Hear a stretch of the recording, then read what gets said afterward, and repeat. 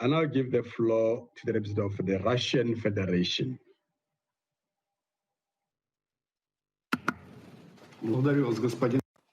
Thank you, Mr. President.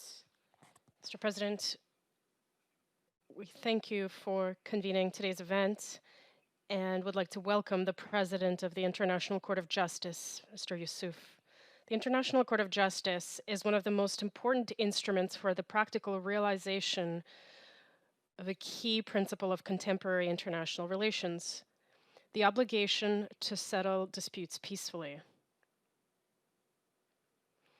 As is well known, that principle, which was enshrined in Article 33 of the UN Charter and the 1970 Declaration on the Principles of International Law concerning friendly relations and cooperation among states, in accordance with the Charter of the United Nations, is the raison d'etre of our organization.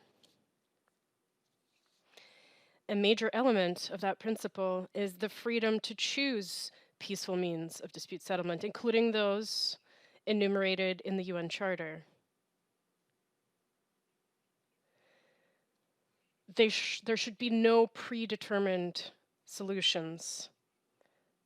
States are free to choose means of settlement that are most appropriate in any given situation. Negotiation difficulties, the complexity of mechanisms, the factor of time, none of these are reason to abandon the principle itself. The most important thing is willingness to engage in dialogue and to seek mutually acceptable solutions and compromises. Upholding the principle of the peaceful settlement of disputes is the safeguard for the inviolability of another absolute maxim of the Charter, the principle of the non-use of force. The Charter was born of the suffering of humanity which had endured the horrors of World War II, and it is important to remember this on the 75th anniversary of the United Nations.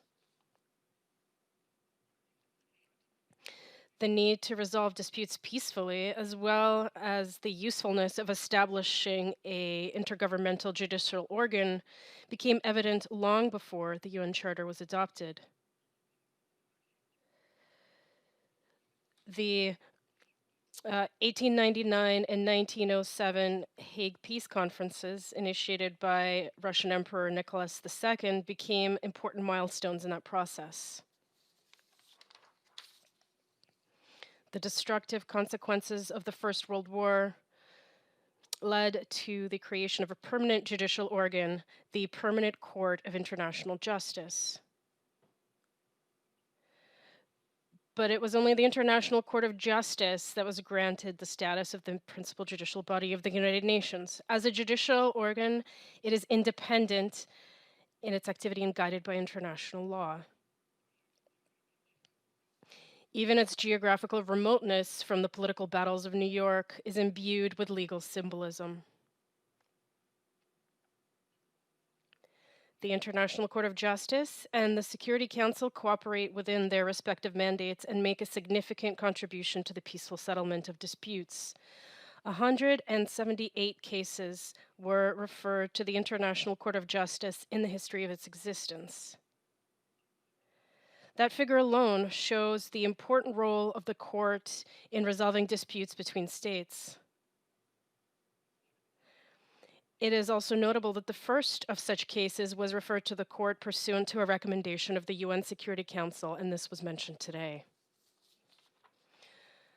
Russia has always maintained that respect for the rules and principles of international law, including the principle of the peaceful settlement of international disputes, is the chief attribute of a stable peace and security.